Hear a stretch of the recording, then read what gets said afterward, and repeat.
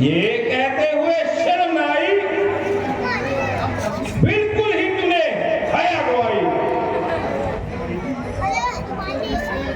बल पर ओछो के मुद्दा नहीं करते देखे, पत्थर इस तरह अकल पर नहीं पड़ते देखे।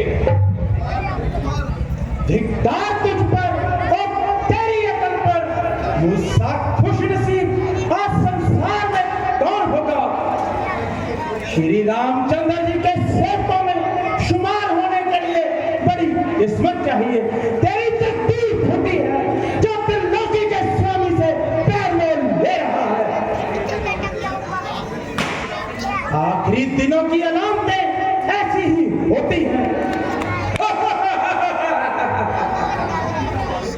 राम ओ त्रिलोकी का मालिक, वाह रे लंगूर, त्रिलोकी कानों से भी सुनी है या तेरे बुजुर्गों ने देखी है। त्रिलोकी का देखना और सुनना क्या, अगर तूने नहीं देखी तो चल प्रभु श्री राम के चरणों में दिखाऊं। चुप रह दिमाग, क्या तू राम राम राम राम राम की दब लगाए जा रहा है? कहीं मैं तेरा गला ना दबा दूं। तू क्या गला दबाएगा, हाथ पांव ही कह देते हैं। अरे मुंह दिखाते गैरत ना आई। ओ बकवासी, आखिर बता तू है कौन?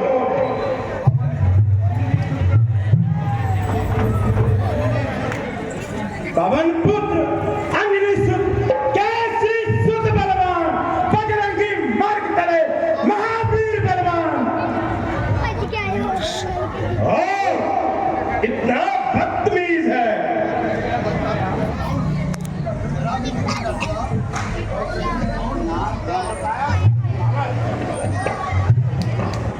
नाम क्या बताया, सारी मारा ही जिद कर दी। कितना बदतमीज है, जरा भी नहीं डरता कि मैं कौन हूं। नहीं नहीं, मैं सब जानता हूँ। शस्त्र बाहु की बेदी का छोटा उठाई गिरा। चुप रह बदलवान, मैं जितना नरम होता जाता हूं तू उतना ही सर पर चढ़ता आता है। तू नरम ना हो, जो जीने आए करके देख, मैं भी तो देखूं तुझ में कितनी जान है। अभी तक तुझको हाथ पांव का हाल ही मालूम नहीं, कैलाश की जड़ हिला दी। इंद्र को खिलौना बनाया, दूर क्यों जाता है? अपनी सीता को ही देख ले, मकड़ी के जाले में बंद पड़ी है। वारे बेहया, मुंह सामने कर दे, शर्म नहीं आती? चोर अचक्का कहीं का, महारानी को हर लाया और शेखी जताता है। क्या कहूं, महाराज श्री रामचंद्र जी का हुक्म नहीं, नहीं तो अकेली महारानी ही क्या, तेरे सर को भी लेकर श्री राम के चरण में पहुंच जाता। अरे बेवकूफ, तुम्हारी शामत आई है जो ऐसी बातें करता है। तुझे मैं अभी कुचल कर रख दूंगा। बाहुबल की कसम, तीरों खंजर की कसम, बिना मरे नहीं छोड़ूंगा। शाबाश, अभी रावण था, अभी मौत बन गया, अब लुकमान मौत बनने की कसर है। मेघनाथ, इसकी जुबान बहुत चलती है, काट क्यों नहीं देता? आपसे तो कुछ नहीं बन पाता, छोकरे को कहता है जा मौत के मुंह में।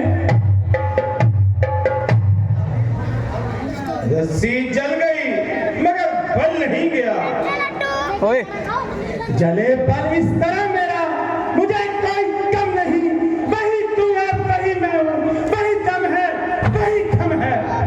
चुप कर जा यार। अरे नीरज, ये नीच काम करने से बेहतर था डूब कर मर जाता, ताकि पावनोत्पला के नाम पर तो काम का टीका ना लगता। ओए चुप के बैठे। अभी तक भी वक्त है तेरा पश्चाताप करने का, किया है काम ही बेशक बेशक डूब मरने का। अरे नालायक, तुझे इस हालत में देखकर मेरी गर्दन मारे शर्म के झुक रही है, मगर अफसोस कि तुझे कुछ शर्म नहीं आती। अभी तक जो झुकी है तेरे ही झुकाने से, कल भी नहीं उठेगी किसी के उठाने से। हनुमान, आज तुम अजीब किस्म की बातें करते हो। क्या पिछले संबंधों को भूल गए? अभी नहीं, बल्कि उन्हीं संबंधों ने मुझे यहाँ तक आने का मार्ग दिया है। हनुमान आपका पहले की तरह वफादार है, वक्ते जरूरत मदद करने को तैयार है। इसमें क्या शक है? तेरे जैसे 5-7 वफादार और होते तो मेरा बेड़ा पार था। बड़ी अच्छी वफादारी है, तमाम पार्टी का कौन जाना। सिपाहियों ने रोका तो उनका सर फोड़ा, बागवानों ने टोका तो उनको मरोड़ा, अक्षय कुमार गया तो उसको जिंदा ना छोड़ा। वारे वफादार, तुझ पे बलिहार। मैं गया था कौन सा उनको बुलाने को, आप ही आए थे वो झगड़ा फैलाने को। फैलाते हैं काम किसके खाने को। अगर जुर्म था बांध लेता सभा में लाने को। सवाल तो ये है, तुम्हें किसने कहा था वहां जाने के लिए? कहा था श्री रामचंद्र जी और सुग्रीव ने, गया था सीता जी की खबर लेने के लिए। सीता की खबर? हाँ हाँ, सीता जी की खबर। मगर रामचंद्र से सुग्रीव का क्या मेल? जब वो सीता जी की खोज करते करते पंपासुर पहुंचे तो उन्होंने आपस में दोस्ती कर ली। जिस बाली ने आपको एक बार कैद किया था, श्री रामचंद्र जी ने एक ही बाण से उस बाली को परलोक पहुंचा दिया। अब आप उनके बल का अंदाजा लगा लें। जिस तरह भी हो सके आने वाली बर्बादी को टाल लें। इसका सबसे बढ़िया उपाय यही है कि आप सीता जी को लेकर रामचंद्र जी के पास चले जाएं और उनसे माफी मांगे। वे बड़े दयालु हैं, मुझे मालूम है वे तुम्हारी प्रार्थना स्वीकार कर लेंगे और दुश्मनी के ख्याल को दिल से निकाल देंगे, वरना तुम्हारी हेकड़ी एक पल में निकल जाएगी। हरी भरी लंका पल में ढेर हो जाएगी। वानर द्वीप का एक एक बच्चा मरने का इंतजार है। जरा जुबान को लगाम दे, सोच समझ कर बात मुंह से निकाल। तू यहाँ कैद है, तेरे हाथों में तेरी क्या ही सफेद है। क्या तुझे यहाँ से वापिस जाने की उम्मीद है? सीता की खबर तो एक तरफ, अब तो तेरी तरफ से भी हाथ धो चुके। जब उन्हें तू समझ ले, वो रो चुके। जब किसी इंसान की अंतिम घड़ी आती है, अपने होशो हवास खो बैठता है। तभी मैं हैरान था, क्या लंका में ऐसा कोई भी नहीं जो तुझे समझा सके। लेकिन अब मालूम हुआ, लंका में तो सब कुत्ते ही रहते हैं, समझाए कौन। लेकिन याद रख, समुंदर पार करके रामचंद्र जी वानरी सेना के साथ लंका पहुंचेंगे तो ये तेरे कुत्ते भागते रह जाएंगे। हम तुम्हारी खोपड़ी को नोच नोच कर खाएंगे। अरे बेहुदे, क्या बकबक लगाई है? क्यों शरारत से बात नहीं आता? आप अपनी कजा का ख्याल कीजिए। मौत मेरी का मुझे पता है।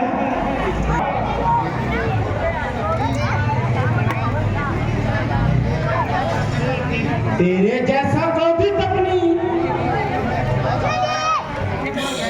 उम्र वैश्यों में दबा रहा, ये है बिजलपुर होती मुझको, ये हुनर कैसा जला रहा। ना मैंने जब तक उठाई खंजर, तभी तक चिमया रहा है। अपने हाथों से अपनी खातिर कदम का रास्ता बना रहा है। चंद दिनों में होगी चर्चा, वो दिन भी नजदीक आ रहा है। कहेगी दुनिया, देखो लोगों, जनाजा रावण का जा रहा है।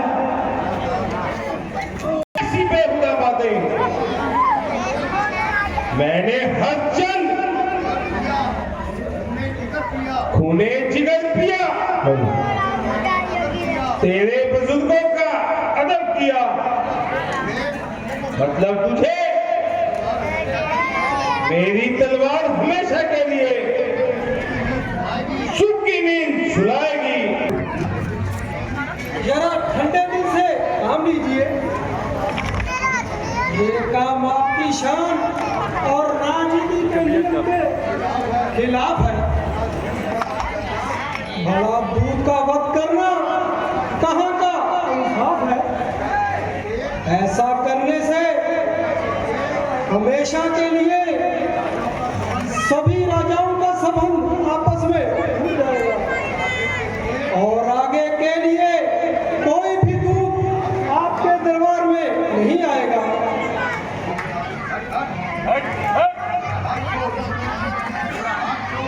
मेरा हाथ छोड़। मेरा रास्ता छोड़, हाथ छोड़। ये तुम्हारा ख्याल गलत है। अगर ये दूत है, जब ये अपने मालिक का पैगाम लेके आया है तो इसमें दूत होने का क्या शक है। मगर इसको चुप कर। ऐसी बकवास करने का क्या हक है? जो कुछ इसने कहा वो इसके मालिक की जुबानी है। मुझे हैरानी है, कि तुझे ये बिना फीस की वकालत करने की क्यों ठानी है? महाराज, ये राजनीति का असूल है। ये बहाना फिजूल है, इसकी सजा मुकर्रर करो। मेरी राय में इसकी दुम जला देना काफी है। हाँ ठीक है, वानरों को अपनी दुम प्यारी होती है। तेलों के पास मंगवाओ, इसकी दुम पर लपेट कर आग लगाओ। जब ये बिना पूछ के अपने मालिक के पास जाएगा तो इसे